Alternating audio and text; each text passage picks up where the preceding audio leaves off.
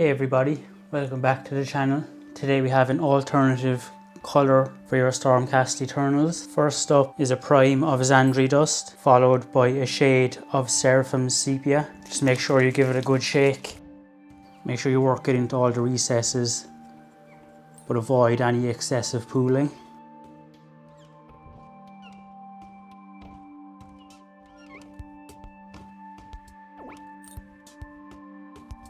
This miniature was accidentally painted without his backpack, which was attached later on after I realised it was missing, and was painted in the exact same manner as the rest of the armour.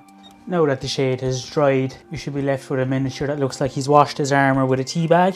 So the next step is a dry brush of a cream colour. You could use either Ushabti Bone or Screaming Skull. Here I'm going to be using Ushabti Bone. There's very little colour difference between them either way. So we'll price them on the brush. If you ever need to test how much the dry brush is going to deposit, just use the edge of their base or even the edge of your painting handle. So now we just give the entire miniature an all over dry brush. This is quite a heavy dry brush.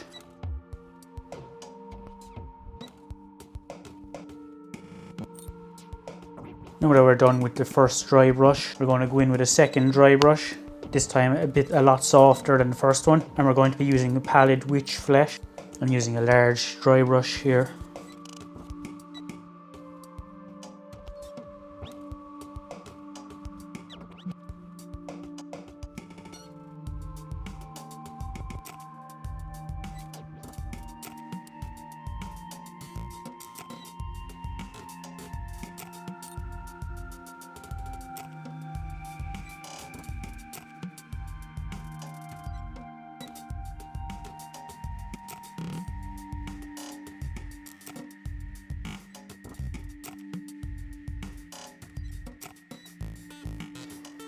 And now that the second dry brush is done, we can move on to base coating the details.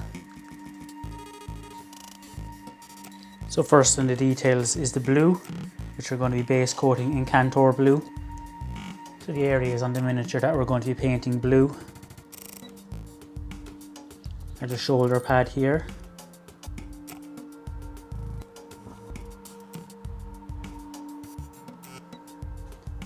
make sure you thin down your base paints. The shoulder pad on this side.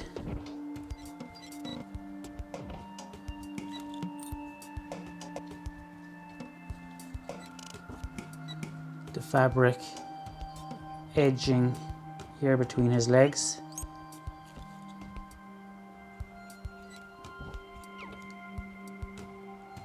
Make sure you get the back.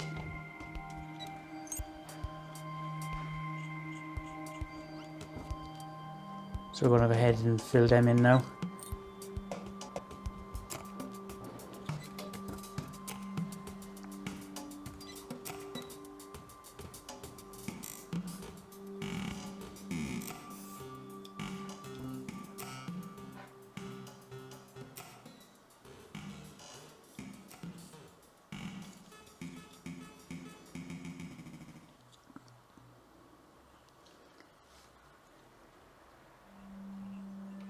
When you're doing this edge in blue, doesn't matter if you get some on the inside, as we're going to be painting them in the metallic later on, but just try not to get any on his legs.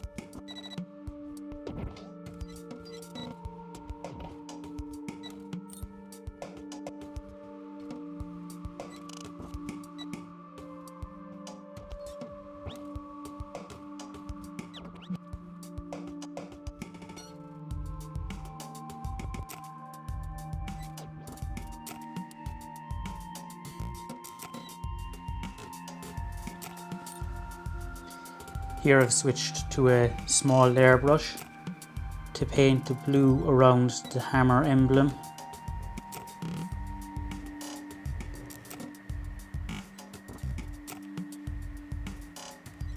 While you want to paint it as neatly as you can, we will be going over the hammer emblem itself later on with some more pallid witch flesh.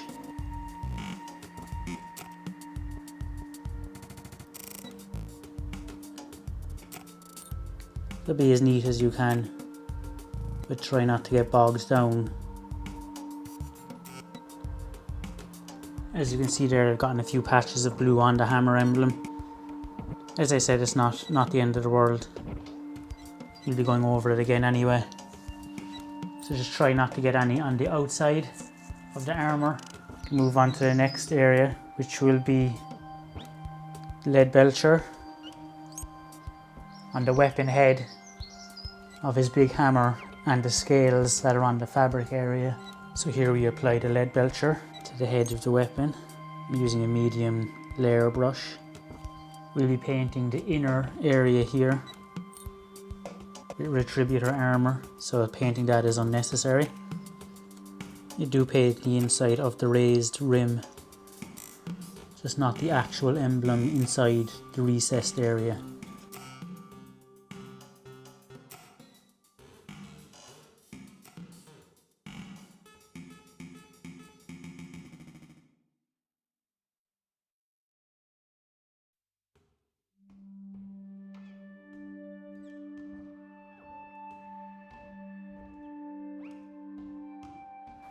After the hammer, we just move on to the scales on the inside here.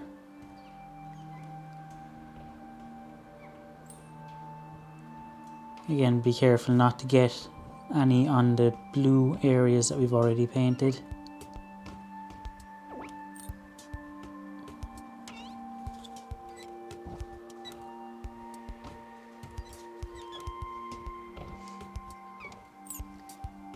After we're done with the lead belcher areas, we move on to the next base coat, which is Screamer Pink, which we're going to be applying on the shaft of his hammer and on these, I don't know what they're called, plumes of hair on his helmet. Just as always, slightly thin the paints and just be careful not to get it on any of the areas that you've already painted. Be careful when painting the shaft that you don't get any Screamer Pink on any of the fabrics or scrolls that are attached to the weapon or on his hands that we've already dry brushed.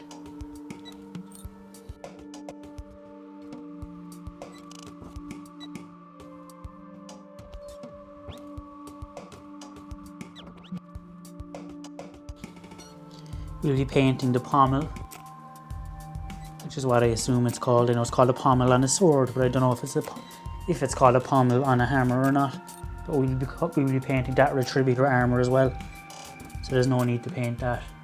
Remember, when painting the hammer handle, that you can see parts of it through the back. So now that we're done with the Screamer Pink, we move on to the next base coat, which is Retributor armour, which we'll be using to pick out some details. We'll be staying with the medium layer brush for most of the Retributor armour, as the detail is relatively easy to get to.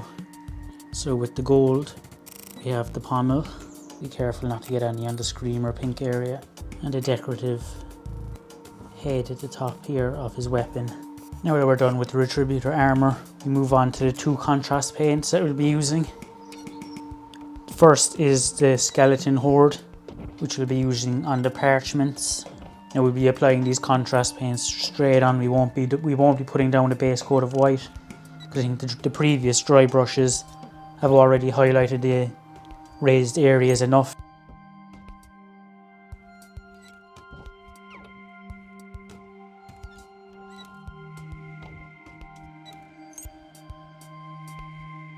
So now that the skeleton horde is done, we can move on to the final colour before we shade. And that is another contrast paint, Black Templars. We'll be using the Black Templar contrast paint in the joints in his armour. So first up is a Reikland Flesh Shade Gloss. We've gone back to our medium shade brush to apply this. And like all shades, you just paint it on. Try to avoid excessive pooling. So now we apply the null oil over the weapon head. Make sure you work it into the details. So there's the weapon head and then there's the handle. Make sure you get the back of the handle as well. And the plume on his head, on his helmet. Now we leave those shades to dry. Before I move on to the highlighting, for the highlighting we'll be using 3 colours. Pink Horror on the weapon shaft and the plume, and Altioch Blue on the blue areas, and Pallid Witch Flesh just to tidy up any of the cream areas and to do a small bit of highlighting and tidying up around fixed areas like his helmet, just to bring more attention to his face, and any emblems that need tidying up on him as well. So now that the shade has been given time to dry, we can finish off the miniature with some highlighting. First we're going to go back to Pallid Witch Flesh. We're going to use this to tidy up any emblems, especially around the areas where we might have gotten blue on them. So we can just use the Pallid Witch Flesh to tidy up any emblems. You can also paint it onto the facial area of his mask to tidy up any chalky effects left from dry brushing. So there you can see the Pallid Witch Flesh areas, and the hammer, his face, and any other emblems around have all been tidied up. So now we go on to the next highlight, which is Pink Horror, which we place on the weapon handle and on his plume. So we apply the Pink Horror, focusing only on the raised areas. You can use the side,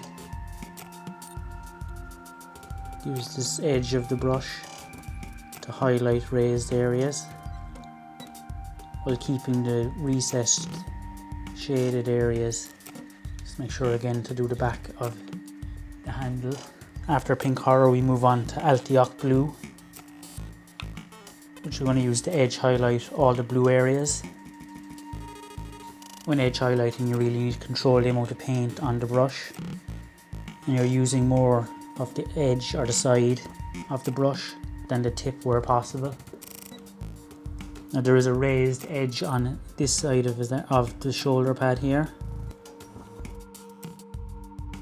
We're going to take some Stormcast silver and use it to edge highlight the head of the weapon, and use the side of the brush to follow the edges, only focusing on raised areas.